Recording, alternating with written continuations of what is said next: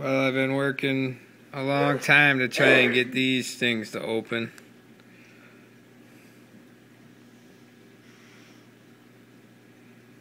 Those are the sun polyps.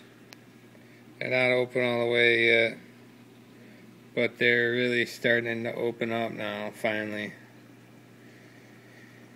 A little anemone crab. And my little crook of a frickin' shrimp that I got there, trying to steal food. Those are my sun polyps. I've been trying to get them to open for a while. And I finally got them to start opening up.